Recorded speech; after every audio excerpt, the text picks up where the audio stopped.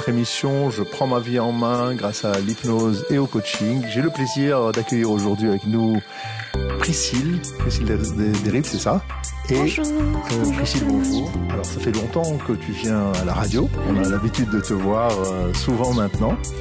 Priscille, on s'est connus dans l'Institut des neurosciences appliquées pour le coaching et donc tu es coach dans ton parcours mais tu es également dans la musique. Oui. Et donc est-ce que tu peux nous présenter un peu ton parcours mais aussi ce que tu fais aujourd'hui qui a changé par rapport à un peu ton évolution des différentes dernières années? Alors aujourd'hui je suis musicienne, je joue de la harpe, je suis harpiste et je chante. Et c'est vrai que pendant 5 ans j'étais essentiellement coach de vie et psychothérapeute. Et en fait, pour moi, c'est un peu la suite logique. Mon seul but, mon unique but, c'est toujours de faire du bien, de diffuser du bonheur, de la douceur, de la paix, de la joie. Et en fait, en tant que psychothérapeute, j'ai été amenée à accompagner des gens traumatisés, notamment des femmes victimes de violences conjugales. Et je me rendais compte que ce dont elles avaient besoin, c'était pas tellement d'une séance de coaching où on les pousse à parler et on leur pose plein de questions.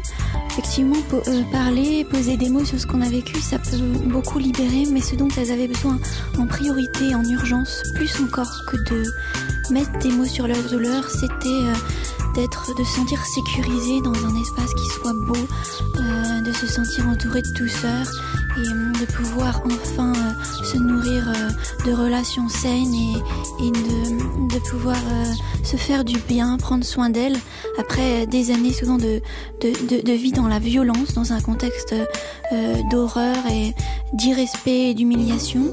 Et du coup, je faisais des coachings pour elles dans des salles super moches et affreuses et je me disais mais elles ont besoin de beauté, elles ont besoin d'art, elles ont besoin de douceur, comment je peux leur apporter ça? Et comme je joue de l'harpe depuis toute petite, ça fait 25 ans que j'en joue, j'ai appris la harpe en CP en même temps que j'ai appris à lire et à compter. Et je me disais mais c'est fou, je joue de la harpe essentiellement dans ma chambre ou pour mes proches. Je devrais faire sortir ma harpe dans le monde et que la beauté et la douceur du son de ma harpe puisse rejoindre les cœurs de ceux qui souffrent. Et du coup j'ai commencé à apporter ma harpe en séance dans les salles de coaching. Et voilà, je proposais aux gens que j'accompagnais d'oser pleurer, se laisser aller, dire ce qu'elles voulaient, allongées sur un canapé avec plein de petits coussins jolis. J'amenais des fleurs dans les salles et puis je me suis mise à jouer des arpèges pleines de douceur, à amener des petits parfums d'huile essentielle, un petit peu de beauté, de douceur, de plaisir pour laisser la douleur s'envoler en même temps que mes mélodies et puis laisser place à de la paix, s'offrir un moment qui rassure, se rappeler que ça existe, des gens qui ont de la douceur à donner et enfermer la violence dans les souvenirs du passé, dans l'histoire. Voilà, que ça devienne un souvenir historique, mais que le présent et le futur s'ouvrent à de la paix. C'est très, très, très beau. Très, très beau et puis très efficace aussi dans ton accompagnement. Ben oui, au point que finalement, aujourd'hui, je suis plus vraiment coach et psychothérapeute. Je suis essentiellement harpiste, chanteuse et poète aussi, parce que je me suis rendu compte que c'était ce qu'il y a de plus efficace. Et c'est vrai que ça rejoint aussi une aspiration que j'ai depuis l'adolescence. À cette époque, je voulais vraiment changer le monde. J'avais plein d'idéaux, comme la plupart des adolescents, des grands rêves. Et je me disais comment je peux faire pour qu'il y ait moins de misère dans le monde. Et à cette époque, j'étais bénévole à la banque alimentaire. Je distribuais des cafés au SDF dans la rue. Et ça m'était arrivé déjà quand j'étais au collège d'apporter ma harpe dans des maisons de retraite pour essayer d'apporter du divertissement aux personnes âgées souvent isolées et un dialogue intergénérationnel. Donc j'avais déjà cette envie de faire beaucoup de bien. Et c'est pour ça qu'à 18 ans, je suis allée en fac de médecine. Ça semble avoir aucun rapport la médecine avec la harpe, mais en fait c'était dans le seul désir de faire du bien, d'apporter un soin à l'autre. Et là Aujourd'hui, je suis 100% harpiste de mille façons. Je prends soin des autres en proposant des massages à la harpe en partenariat avec des massothérapeutes. Donc, je joue de la harpe pendant le massage avec des petites bougies, de l'encens, des huiles essentielles. Et je chante des mantras hindous et tibétains tout en jouant de la harpe. Je déclame des poèmes aussi. Pour élever l'âme vers d'autres réalités, d'autres dimensions, et aider l'âme à s'échapper de la noirceur de la vie quotidienne que vivent beaucoup de gens. Et je propose aussi des méditations de pleine conscience et des relaxations à la harpe. Je propose aussi des soirées harpe et poésie, tout simplement, des spectacles. Il n'y a pas besoin d'aller mal pour profiter de la beauté de la harpe, pour les gens aussi qui vont bien, mais qui ont envie de se nourrir d'un peu de finesse, d'un peu d'élégance. Et j'anime aussi des concerts, des animations musicales dans les hôtels, dans des jolis salons de thé, pour créer une ambiance chaleureuse, douce et apaisante pendant les brunchs, pendant les tea time aussi. Voilà, et c'est ma nouvelle façon de militer. Autrefois, je cherchais à m'engager dans les associations pour les SDF, pour la paix dans le monde, etc. Aujourd'hui, ma façon de militer, c'est en chantant, en jouant de la harpe. C'est une façon de militer pour la paix, en semant la paix dans les cœurs, parce que je pense que la paix dans le monde ne pourra être que le fruit de la paix dans les cœurs. C'est vrai, c'est tout à fait vrai. C'est faire la paix dans son cœur à soi, dans ses relations, les relations qu'on a avec autrui, avec les autres, que l'on peut donc dans un microcosme au départ travailler dans le macrocosme. Mais bon, et on voit les guerres et la guerre qui sont à nos portes et qui sont là et qui nous touchent parce qu'on est tous touchés par ce qui se passe. Et c'est vrai que d'apporter cette nouvelle manière, en fait, nouvelle ou très ancienne aussi, parce que la harpe c'est très ancien et ce qu'on appelle aujourd'hui la musicothérapie, ça date depuis très très longtemps, puisque c'est déjà le roi David apaisait les cœurs de ses souffrances et grâce au psaume et à la harpe. Et puis on a et donc tu as cette nouvelle approche qui peut sembler un peu pour certains ésotérique ou mystique, mais finalement c'est ce dont l'âme a besoin, comme tu l'as dit, parce qu'on n'est que dans le matériel et il faut élever cette âme au-dessus du matériel. Oui, je crois que les gens ont soif de ça, tous. Et que les gens déjà spirituels et habitués à une pratique et à des rituels spirituels, comme aussi les gens athées. Il n'y a pas besoin d'être religieux ou d'avoir des croyances spirituelles pour ça, parce que je pense que tout être humain est en quête de quelque chose de plus grand, a soif d'une sorte de transcendance. Et ce qui est beau aussi, c'est que la harpe est pas si ésotérique que ça, puisque c'est quelque chose de très ancré, très physique, c'est un objet déjà. Et puis souvent j'invite à de la respiration pendant que je joue de la harpe, du coup c'est très ancré dans le corps. Et d'ailleurs, ce besoin, je l'ai clairement vu cet été. J'ai réalisé un rêve que j'avais de jouer de la harpe face au soleil couchant. Et c'est vrai que c'est du jamais vu, parce que la harpe, c'est assez difficile à transporter. Et la plupart des harpistes jouent dans des salles de concert et c'est tout. Moi, je rêvais de jouer de la harpe sur une plage, les pieds dans le sable, avec le vent. Et j'ai réalisé ce rêve. J'ai pu grimper ma harpe jusqu'au sommet de la dune du Pilat. Et depuis la dune, on voit l'Atlantique. Et j'ai vécu un émerveillement si profond face à la beauté du monde que je me suis mise à chanter des poèmes. Et en fait, une fois arrivée là-haut, donc j'avais ma harpe sur le dos, sur les épaules, c'était lourd. Déjà que monter la dune du Pilat sans harpe, c'est pas facile parce qu'on s'enfonce dans le sable. Et là, je me suis rendu compte une fois en haut qu'il y avait des touristes qui dormaient dans les campings qui m'avaient suivi parce qu'ils étaient intrigués de voir quelqu'un qui gravit la dune, les cheveux au vent avec un drôle d'instrument sur l'épaule. Et du coup, ils essayaient de m'écouter discrètement. Et puis, je leur ai fait signe de se rapprocher. Et puis, finalement, je me suis retrouvée avec une quinzaine de touristes. Et j'ai fait tout un récital de poésie, tout un concert de harpe et de poèmes. Et j'étais heureuse de sentir que je touchais les cœurs et que tous ces gens qui se connaissaient pas, qui étaient sans doute de milieux différents, qui étaient là pour des raisons différentes, ils se sentaient unis par la musique. Pas seulement unis entre eux, mais aussi unis à la beauté du monde. Dans ces moments-là, on se sent faire partie de la beauté du monde. Il n'y a pas nous et le soleil couchant, nous et l'océan, il y a juste nous. Et la nature et l'univers, en fait. Donc faire un avec l'univers, faire un avec la nature. Et la nature fait partie de ce nous. Bien sûr. Et puis les êtres humains aussi, puisque tu as uni aussi les humains. Tu n'étais pas toute seule, tu t'imaginais être toute seule. Oui. Et finalement, tu n'étais pas toute seule, donc tu as réalisé un double rêve, en fait. Voilà, c'était très très beau. Et est-ce que tu as mis un petit chapeau après? Non. Mais je me suis sentie enrichie quand même. Voilà, tout à fait. Donc ça, c'est un bel accomplissement. C'est très très beau. Et pour revenir aux gens que tu accompagnes, comment tu commences? Est-ce que tu commences directement par une séance de harpe où on parle d'abord? Comment se déroule une séance? Alors souvent, je veux pas faire des séances juste comme ça. Les gens rentrent, les gens sortent. Je tiens à tisser un lien parce que je pense qu'on a tous besoin de ça.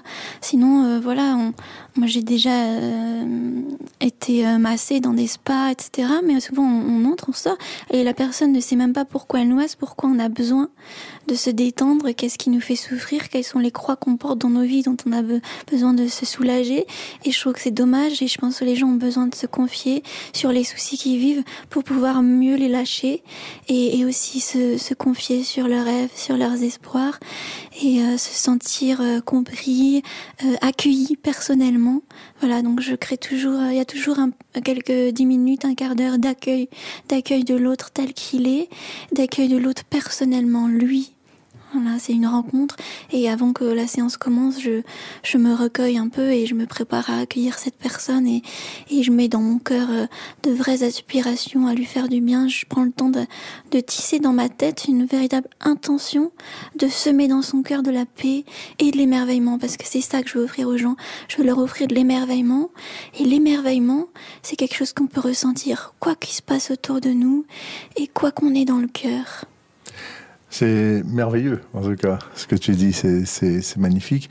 Est-ce que tu reçois, donc tu me l'as dit au début, mais peut-être aujourd'hui ça a un peu changé. Est-ce que tu reçois également des hommes ou c'est que des femmes? Également des hommes qui viennent te voir, mais en pourcentage, plus de femmes que Non, les deux. C'est pareil, oui. C'est bien. Et les sujets pour lesquels les gens viennent? Ça peut être des blessures, des traumatismes, mais ça peut être aussi juste un besoin, une lassitude souvent que les gens en ville, puisque j'habite à Paris, ressentent souvent une envie de fuir la ville et de se retrouver à la campagne. Mais en vrai, où qu'on aille, on peut partir en voyage au bout du monde et ressentir la même souffrance. On fuit sa souffrance, mais elle nous poursuit. Et même si être à la campagne, souvent, ça apaise, parce qu'il n'y a pas le bruit de la ville et le train-train du quotidien, la routine, les obligations. Mais en vrai, souvent, quand on a une peine dans le cœur, elle reste là où qu'on aille. Et du coup, c'est ça que je crée dans le cœur des gens. Je les aide à sortir de cette lassitude qui, même en restant dans Paris, en fait, c'est une façon de vivre, un état d'esprit à adopter et une gaieté et une paix qu'on peut avoir même dans Paris, même dans la routine, et qui est c'est comme une hygiène de vie. En fait, pour moi, ça fait partie de mon hygiène de vie et de mes habitudes qui permettent d'avoir une santé mentale et une paix intérieure. C'est de lire chaque jour des poèmes. Là, tout à l'heure, en venant en métro jusqu'au studio de radio, j'étais en train d'apprendre par cœur un poème pour m'imprégner, imbiber mon esprit de beauté, d'un peu de finesse, de subtilité. Magnifique, on va certainement l'écouter, le poème. Voilà, et donc j'étais dans le métro, tout simplement, mais c'est pas parce qu'on est dans le métro et qu'on est dans une grande ville que c'est une excuse pour être stressé et oppressé. Quel que soit le mode de vie qu'on a, on peut trouver au fond de soi un peu de paix. Et ça, c'est quelque chose qui se nourrit, cette paix qui s'entretient.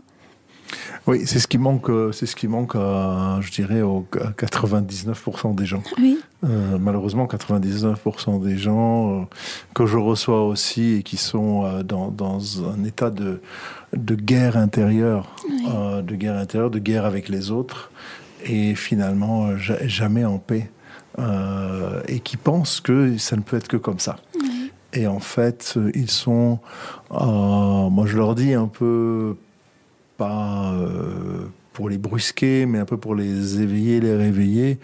Je leur dis, il faut qu'ils arrêtent d'être les marionnettes des situations qu'ils sont en train de vivre, parce qu'ils sont toujours en action-réaction, ils sont toujours en réaction à ce qui se passe dans leur vie, au lieu d'être les acteurs de leur vie, parce qu'ils se font avoir par la violence qui, dans leur perception, leur arrive. Et en étant dans le corps en paix, l'esprit en paix, et aussi par l'ouïe, par la musique, comme on dit, la musique adoucit les mœurs, mais c'est vrai. La musique adoucit les mœurs. Ça adoucit. Comment est-ce que ça adoucit? Comment est-ce que ça marche donc neurologiquement? En fait, quand on entend la harpe, la douceur, la beauté, souvent l'esprit, les pensées se mettent au diapason et au même rythme que la harpe, sans même s'en rendre compte, exactement que comme on entend une musique qui donne envie de danser, que tout d'un coup on a envie de bouger, même si on était juste en train de marcher vite dans la rue, on a très envie de danser. C'est pareil, là je joue une musique qui donne envie tout d'un coup, qui calme l'esprit parce qu'elle se met au même rythme que ma musique. Et en fait, c'est une musique qui intrigue et qui du coup tire la personne de la morbidité des pensées qu'on peut avoir et la fait aller vers d'autres dimensions, un peu comme récemment je relisais les Métamorphoses de Ovide. En fait, il y a souvent une muse ou une nymphe assise sur un rocher au bord d'un lac sous un arbre. Elle chante et elle croit qu'elle est seule et il y a quelqu'un qui l'aperçoit au loin et qui se sent comme tout intrigué et en fait il oublie ce qu'il était en train de faire, il s'approche et c'est ça, ce que je fais, c'est d'aider les personnes à oublier leurs soucis et à se concentrer sur un peu de féerie, de magie, et c'est ce qui est super avec la harpe par rapport à un autre instrument comme la guitare ou le piano qui sont plus communs, c'est que la harpe, rien qu'en la voyant, ça évoque tout de suite dans l'inconscient collectif le mythe, le rêve. Ça évoque Orphée à sa harpe qui attirait tous les animaux autour de lui, tous les animaux de la forêt quand il jouait s'unissaient et le loup ne pensait plus à manger l'agneau, la gazelle ne craignait plus d'être mangée par le lion et le petit lapin était à côté du tigre, etc. Et tout le monde est apaisé, il ne pense qu'à la musique et concentré. En fait, tout le monde regarde dans une seule et même direction et oublie tout ce qui est soucis, craintes et objectifs harassants. Voilà, on court vers autre chose, on s'envole en fait, au lieu de courir toujours dans la même direction. Je fais courir les gens vers un ailleurs. Magnifique. Eh ben, écoute, moi, je te propose de nous faire profiter. On va faire d'une pierre deux coups. La pause musicale, ce sera toi qui vas l'initier, cette pause musicale, et nous faire profiter de ton poème et de cette harpe à présent.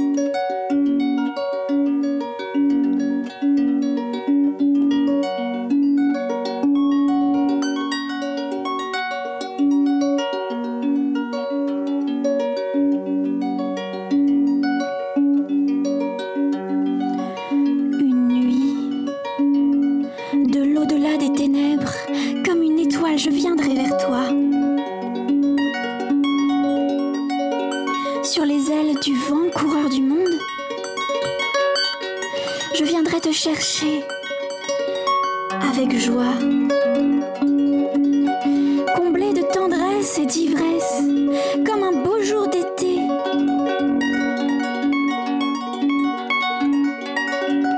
Je t'offrirai une jupe pleine de tulipes sauvages de la montagne.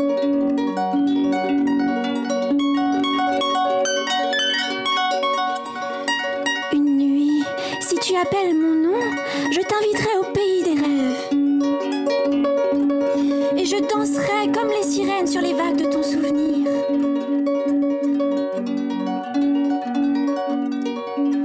J'allumerai un feu auprès de toi, comme une lumière née du ventre des ténèbres. Ô toi, les yeux rivés sur le chemin, c'est moi qui viendrai vers toi. Sur les ailes du vent, coureur du monde, je viendrai te chercher avec joie. Bravo. Bravo, super, génial. Et donc, merci d'abord pour cette intermède musicale, cette pause. Avec amour. Voilà. Et dans la séance, combien de temps tu joues ? Alors, ça dépend, parce qu'en fait, je fais des séances de musicothérapie, mais je fais aussi des massages à la harpe en partenariat avec des massothérapeutes. En général, ça dure 1 heure et quart de rencontres, d'échanges. Ensuite, je commence par une méditation de pleine conscience de 5-10 minutes, une relaxation, pour faire comme un sas, en fait, et créer comme une bulle de douceur. Et ensuite, il y a le massage ayurvédique aux huiles essentielles ou d'autres genres de massages, puisque je suis en partenariat avec 2 massothérapeutes, une qui se déplace à domicile et un qui a une salle vers l'Arc du Triomphe. Et ensuite, il y a encore un peu, donc je joue de l'harpe pendant tout le massage, et ensuite je dis un poème, et on finit sur encore quelques échanges avant de partir. Et puis, je suis aussi en partenariat avec Elisabeth Perpétua, qui est spécialisée dans la méditation de pleine conscience et qui vient de l'école de méditation de Fabrice Midal, et avec qui je fais des événements aussi, mais d'1 heure à peu près, soit en entreprise, à la pause entre midi et 2. Donc là, c'est un autre cadre qui est plus... Elisabeth Perpétua est d'ailleurs spécialisée dans l'accompagnement des professionnels un peu stressés au bord du burn-out. Donc là, je suis plus dans des salles en entreprise. Salle de conférence. Voilà.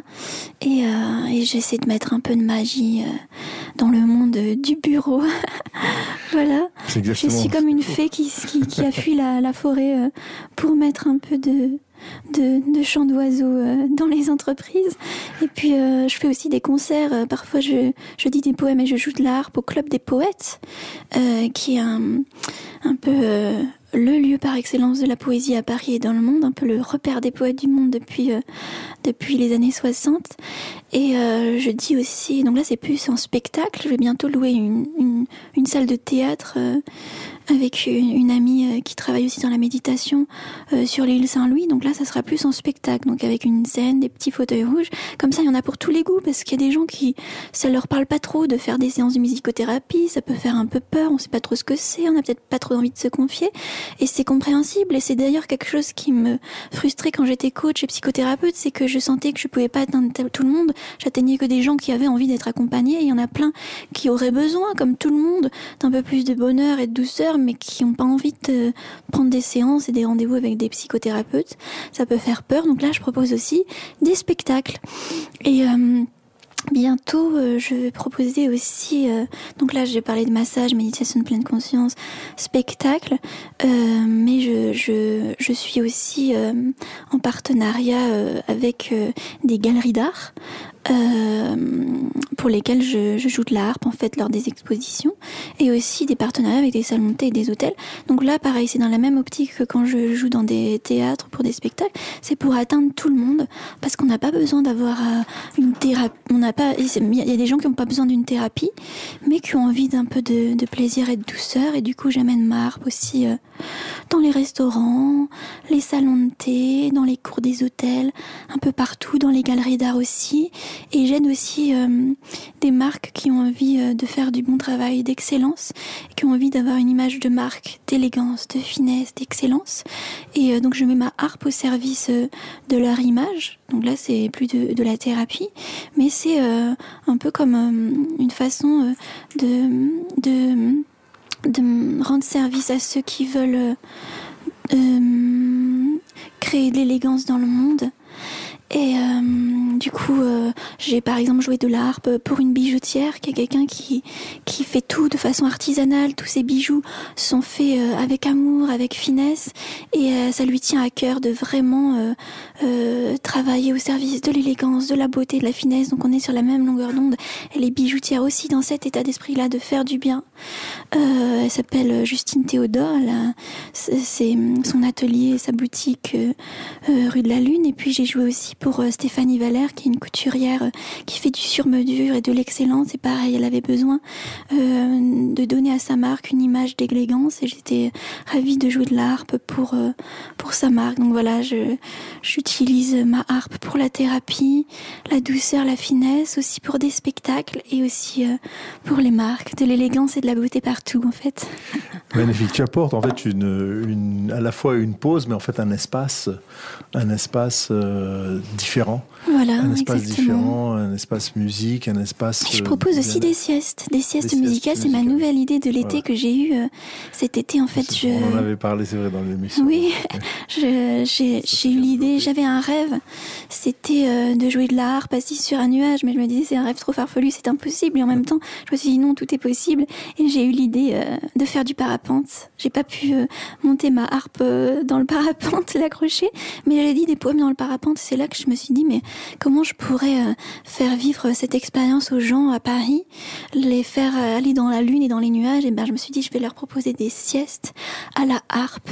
Et donc c'est aussi ça que je propose, aider les gens à s'endormir et à faire de beaux rêves. Et j'ai testé le concept sur la dune du Pilat. Justement, j'ai grimpé dans un arbre sur une branche avec ma harpe, et là je jouais de la harpe près des campings qui sont en bas de la dune du Pilat.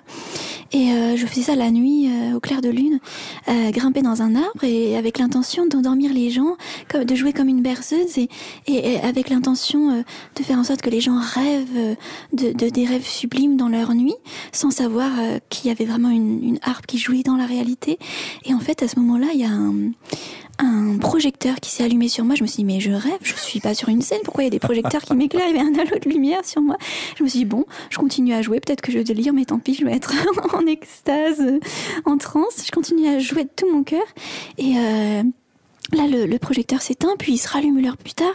Et là, je dis, mais qui êtes-vous? Et là, les gens me disent, nous sommes les vigiles. Et en fait, c'était les vigiles du camping qui avaient pour mission d'interdire le bruit la nuit.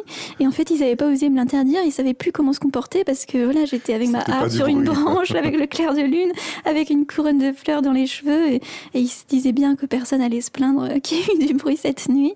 Et je me suis dit, mais ça, c'est le signe que je dois vraiment organiser à Paris des siestes musicales et des berceuses. Magnifique anecdote, superbe.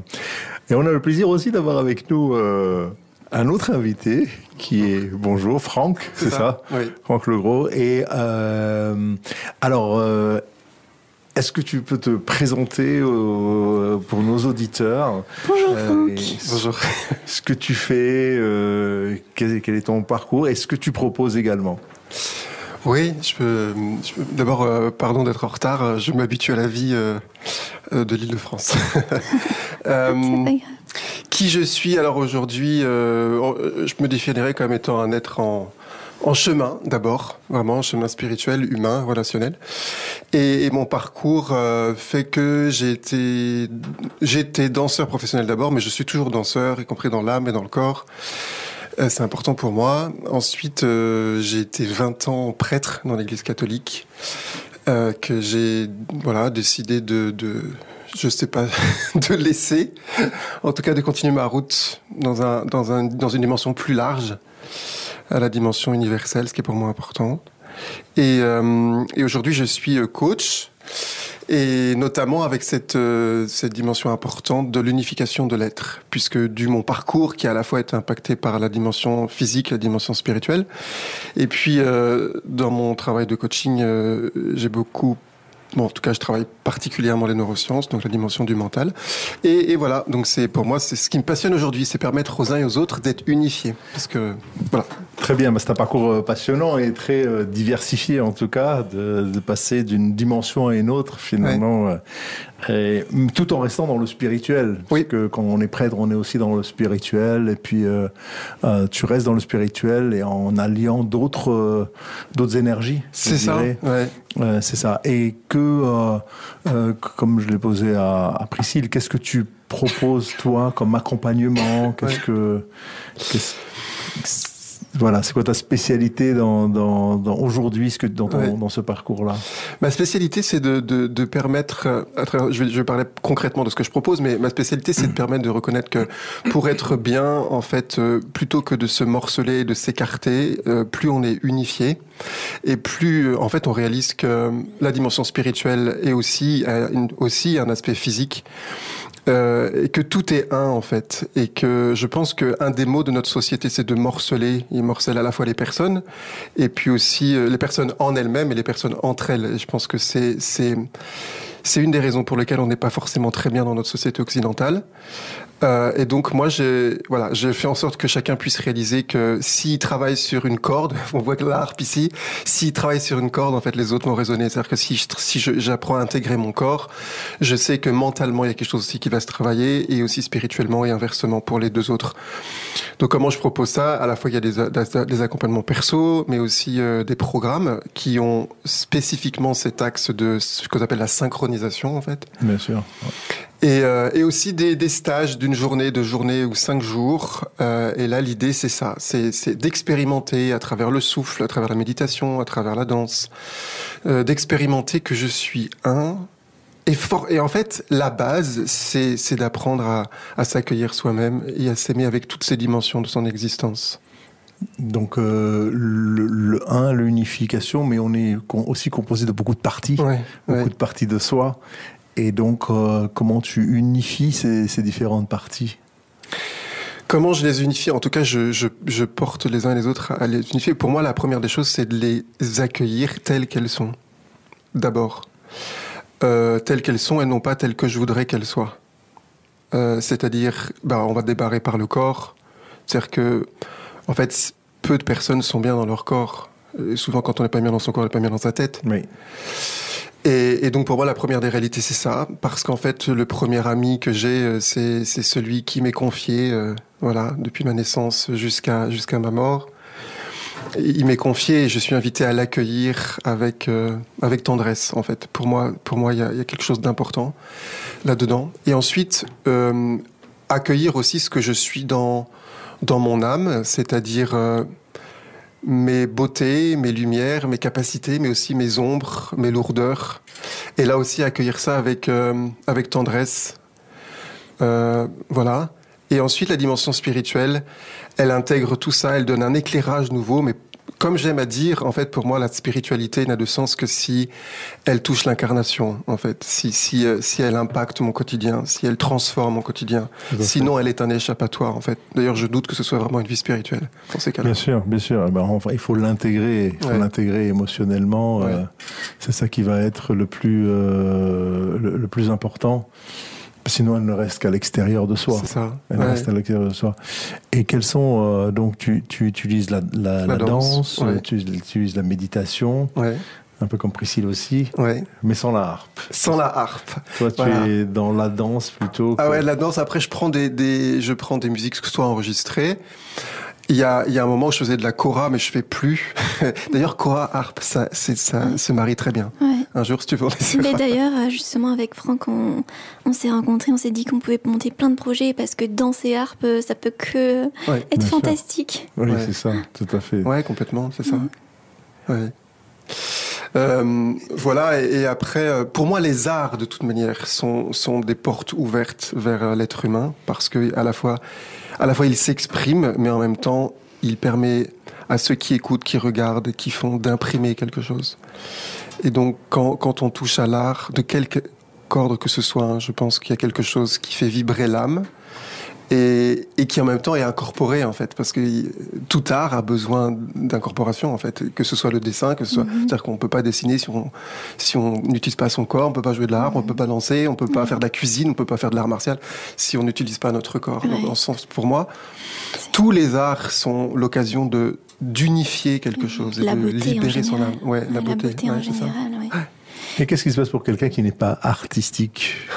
Est-ce que ça existe vraiment? C'est ça. Oui, ça existe.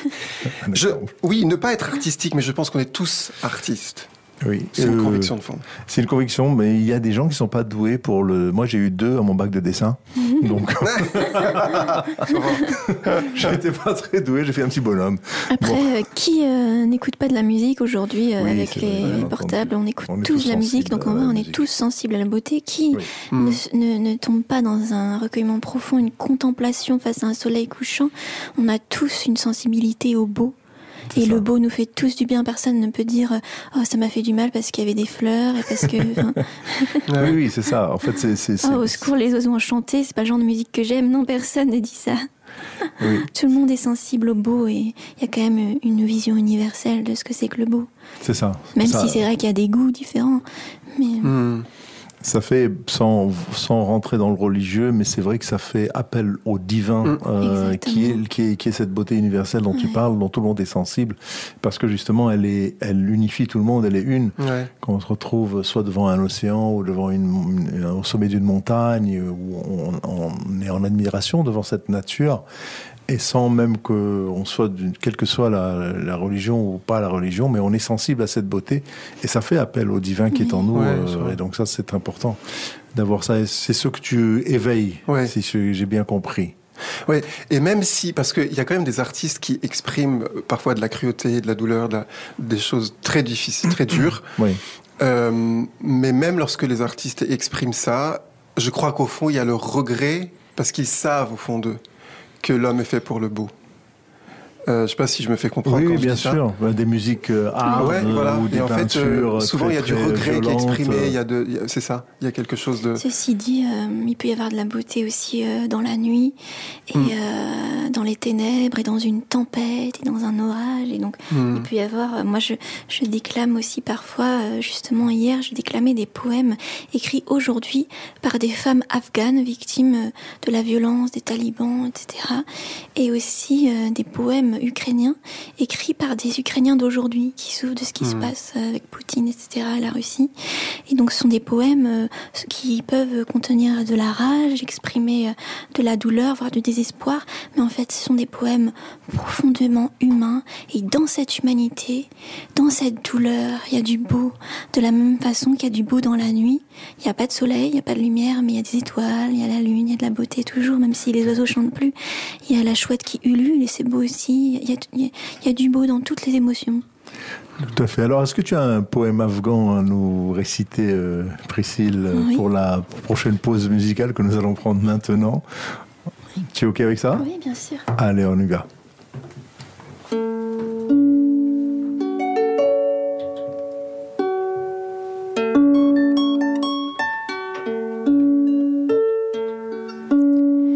La nuit, les étoiles brûlent de douleur avec nous.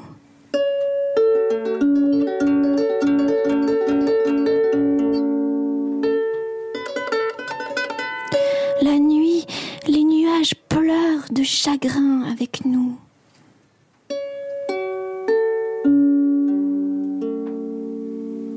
La nuit, les feuilles tremblent de peur avec nous.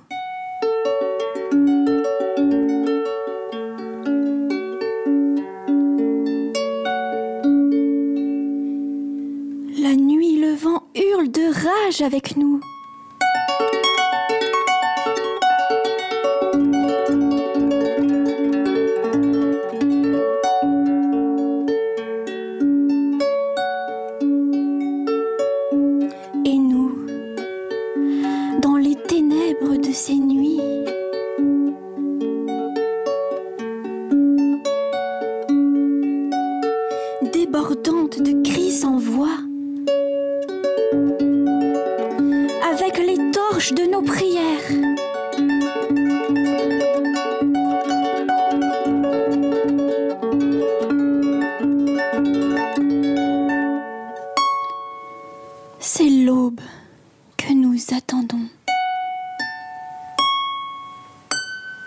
Voilà, c'était un poème afghan écrit par des femmes afghanes d'aujourd'hui qui prennent des risques pour les écrire parce que ce sont des poèmes militants et que c'est dangereux là-bas d'écrire de la poésie militante. Et ils viennent tout juste d'être traduits par Lélie Anvar, qui est docteur en littérature persane et qui fait de magnifiques traductions. Ça vient tout juste d'être édité aux éditions Bruno Doucet. Le recueil s'appelle Le cri des femmes afghanes et ce sont des poèmes souvent pleins de douleur mais pleins aussi de majesté, de noblesse et d'humanité. Que tu nous décris avec brio en tout cas et qu'est-ce que tu en penses Moi je trouve ça très beau. En fait on est emporté en quelques instants dans un autre monde et en même temps dans des âmes qui expérimentent la souffrance et en même temps il y a de l'espérance. Oui. Moi, merci. Oui, merci beaucoup pour cet aperçu, en tout cas, de ce que tu donnes. Et est-ce que vous avez déjà pas encore travaillé ensemble, je suppose, ou vous voulez travailler ensemble? Pas encore, hein, c'est pas ça. Encore. Alors, on a plein d'idées pour faire du bien. Avec la danse, avec la poésie, les chants, la harpe, il y a de quoi faire du bien à beaucoup de monde. Et on communiquera sur nos projets, nos événements prochainement. Et toi, Franck, tu prends les gens en individuellement ou en groupe? Les deux. Les deux. En fait, les deux. Plus... Tu es situé où? Où est-ce qu'on peut te joindre? Donc je suis situé surtout sur Internet. D'accord. Non, sinon je suis à Étampes, donc de l'autre côté de Paris. Ok. Et en fait, pour me joindre, il y a un site Internet qui s'appelle Révèle-toi, Franck Legros. Ok. Voilà. Et puis après sur Facebook, sur LinkedIn, voilà. Et sinon, j'organise là des journées. L'idée, c'est des journées ça s'appelle S'aimer pour vivre, voilà. Et ce sont des journées précisément où on expérimente la danse, la méditation, la respiration. Et c'est sur Paris, au 104 rue Vaugirard, au Forum 104. Donc, s'il y en a qui sont intéressés, n'hésitez pas. D'accord. Vivre pour s'aimer. Vivre pour s'aimer. Non. S'aimer pour vivre. Les deux, en fait. Oui. Les deux sont bons. Hein. L'inverse, oui, c'est ça. Et le thème prochain, c'est si j'arrêtais de m'aimer à moitié pour m'aimer en vérité. Voilà. D'accord. Les gens qui viennent ont quel profil en général? Ce sont souvent des personnes qui ont besoin d'augmenter l'estime de soi, de se sentir bien dans leur mental et dans leur corps. Parfois des personnes qui ont du mal à juste, je sais pas si c'est supporter, mais en tout cas intégrer le regard d'autrui, qui se sentent pas forcément bien. Ouais, mais c'est la plupart des gens qui ont en manque d'estime de soi, bien sûr. Ça. Oui. Et quand même sentant l'appel à unifier, à intégrer leur vie et leur corps. Ouais. Magnifique. Eh bien, je vais te recommander aux gens qui viennent me voir pour qu'ils viennent chez toi et chez Priscille pour justement bénéficier d'une autre approche, une approche plus spirituelle aussi, finalement, parce que même si le coaching fait appel au mental, mais c'est pas spirituel, quoi. Ouais. C'est pas encore spirituel, même si après moi j'allie un peu l'hypnose qui va faire appel à une littérature plus littéraire, ou plus dans des sphères un peu plus hautes. Mais c'est vrai que c'est différent de la musique ou de la danse. Et donc tu fais danser les gens aussi en groupe sur différentes musiques, c'est ça? Oui, alors là, pour les stages, là, ce sera ça, pour les séminaires. Après, pour mon programme, là, c'est plutôt des cours perso, parce que je m'adapte en fait aux besoins de la personne. Il y en a qui ont plus besoin de travailler le rapport au corps, d'autres, par exemple, par le mouvement, on va libérer des émotions. Travailler parfois aussi sur un traumatisme. On va apprendre à se mettre en mouvement par rapport à un traumatisme. Il y a de très très belles choses qui se font en fait. Et là, je le fais surtout en individuel dans le programme. Bien sûr, le traumatisme. Alors, c'est très intéressant, le traumatisme. Comment tu approches concrètement le traumatisme? Quelqu'un qui a vécu alors, moi j'ai en tête quelque chose, mais ça peut être n'importe quoi. Quelqu'un qui a vécu un accident d'avion, par exemple, c'est un vrai traumatisme où l'avion a malheureusement eu un accident et qui s'est retrouvé blessé et ne veut plus prendre l'avion et est terrorisé. Ouais. Moi, mon approche, c'est on met pas les mots dessus d'abord. mais ce qui est intéressant, c'est de se connecter à ce qu'on ressent ici et maintenant, et puis de se mettre en mouvement physiquement. Et en fait, ce qui est très beau, c'est que donc surtout sans jugement et sans mentaliser. En fait, l'idée, c'est que ce soit le corps qui parle. Et ce qui est très beau, c'est que quand on laisse le corps parler, avant même de mentaliser, ce qui est très beau, c'est qu'il y a des vérités qui se disent. Par exemple, j'ai une femme un jour qui s'est mise comme ça à danser. Elle avait un gros problème avec sa fille. Et je dis, OK, on va danser là-dessus, juste. Donc, je l'ai laissé danser, je l'ai laissé s'exprimer. Et après, elle me dit, en fait, je viens juste de réaliser que j'étais en train de porter le problème de ma fille et c'est pas à moi de le porter. Donc, il y a un truc qui a lâché, en fait, en elle. Et c'est vraiment très, très beau, ça. Ah, magnifique. Ouais. Ouais. Et donc tu fais danser la personne avant même, tu parles un petit peu, quelques minutes pour savoir ou bien même pas. C'est ça. Oui, si, on introduit le sujet, on en parle un peu. C'est quoi, 5 minutes, 10 minutes d'anamnèse, quelque chose comme ça. Alors souvent, en fait, ça je le fais pas dès la première, hein, sur les traumas, c'est des séances, il y a 10 séances en fait. Okay. Donc il y a une approche, d'abord il faut que la personne se sente en confiance, bien donc sûr. Je fais quand c'est opportun en fait. C'est ça. Mais oui, c'est ça. Donc, faut accueillir aussi ce que vit la personne, comment elle se sent. Parce que il y en a qui vont avoir du mal à se laisser regarder, parce que même si je suis pro et j'ai un regard de pro, mais se laisser regarder danser quand on n'a pas l'habitude par quelqu'un, même en visio, c'est pas très. Donc, faut que ça aussi. Il y en a qui vont aller très très vite. D'autres, faut laisser. Donc, parfois, je leur dis coupe la caméra si tu veux, c'est pas grave. Ce qui est important, c'est que ce soit toi qui le vive. Et voilà, donc je m'adapte à ce que la personne peut vivre. Et tu fais ces séances en visio plus qu'en présentiel ? Alors jusque-là, c'était en visio, Covid oblige, parce que j'ai commencé moi avec ces histoires de Covid. Et là, grâce à ce que je fais sur Paris, c'est pour ça que je me suis rapproché de Paris, c'est pour faire du présentiel. Ouais. Parce que quand même, il y a quelque chose de beau. Hein. Oh, mais le présentiel, il n'y a rien comme le présentiel. Quoi. C'est l'écran. Bien sûr. Ouais, c'est sûr. De toute façon, tu as les vibrations qui émanent de toi, il y a la synchronicité, il y a toute cette, comment dirais-je, cette régulation. On régule l'émotion de l'autre. Et c'est vrai qu'on peut le faire via l'écran, mais c'est pas du tout pareil. Quoi. C'est pas du tout pareil. Ouais, complètement. Pas du tout pareil. Je fais également des séances en visio, et puis à un moment, parce qu'on est à distance, je les fais que parce que la personne ne peut pas se déplacer ou elle est à l'étranger. Et à un moment, on arrive à se retrouver. C'est le jour et la nuit, quoi. Ça n'a rien à voir. Ça, j'y crois. Bien que la séance en visio, elle est efficace, mais je dis pas. Mais la dimension spirituelle, justement, la dimension de communication, elle est totalement différente, et il faut préférer le présentiel, évidemment. Après, ça peut être un chemin, parce que je vois, il y a des personnes, moi, qui... elles sont chez elles quand elles commencent, donc c'est leur cadre. Oui. Et puis il y a comme une habitude, une confiance qui se crée. Et après, on peut arriver à danser avec d'autres et en présentiel. Mais ça peut être un chemin. Oui. Ça peut être un chemin. Tu approches également des gens qui n'osent pas sortir de chez eux. Oui, en tout cas, de se mettre en mouvement devant d'autres, c'est clair. Là, j'en ai une très très nettement. Pour elle, déjà, au début, c'était quand je lui disais, vas-y, exprime ce que t'as. Je dis, tu peux bloquer la caméra, elle bloquait, systématique. Je dis, je te promets qu'à la fin, t'auras plus envie de la bloquer.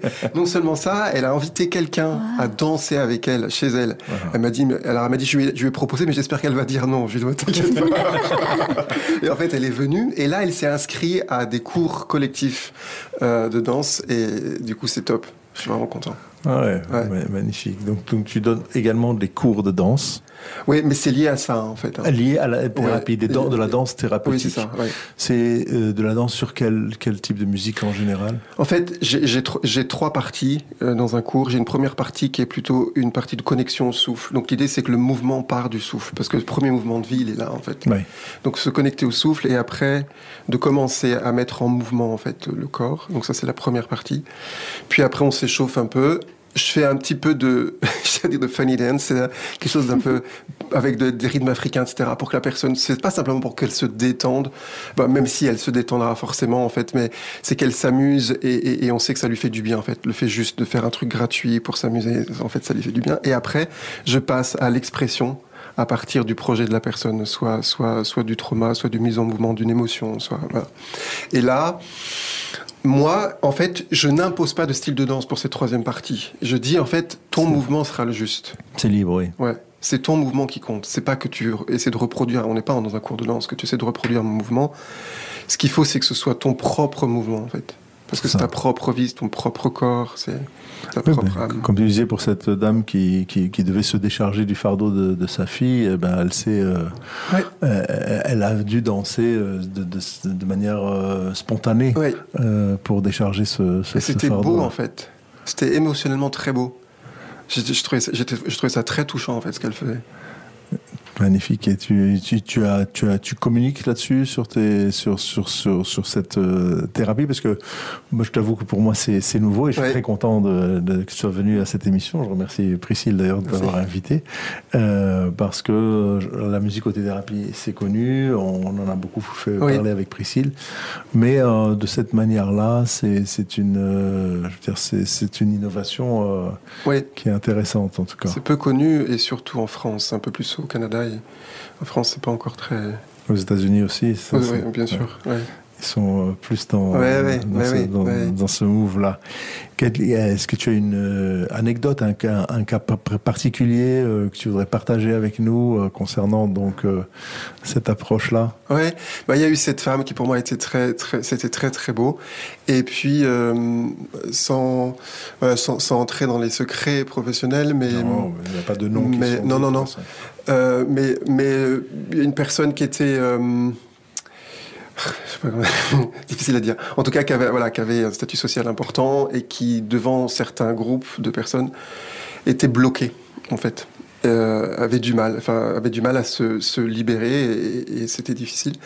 Et donc, je l'ai fait danser et spatialement, je lui ai dit, écoute, tu mets un groupe d'amis avec lequel tu te sens super bien, à gauche de ta pièce, et l'autre, tu mets ce groupe avec lequel tu te sens coincé socialement, etc.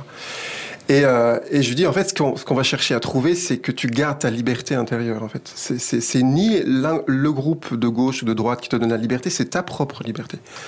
Et tu as le droit aussi de juste, toi, de choisir quelle liberté, quelle relation tu veux avoir. On n'est pas obligé d'avoir toutes les mêmes relations avec chaque groupe. Et donc, même c'est ça, je lui ai fait mettre une chaise, en fait. Et donc, elle dansait, et je lui disais, vas-y, va vers ce groupe, va vers cet autre groupe. Un groupe imaginaire. Oui, un groupe imaginaire, bien sûr, qui était symbolisé par la chaise. C'est ça.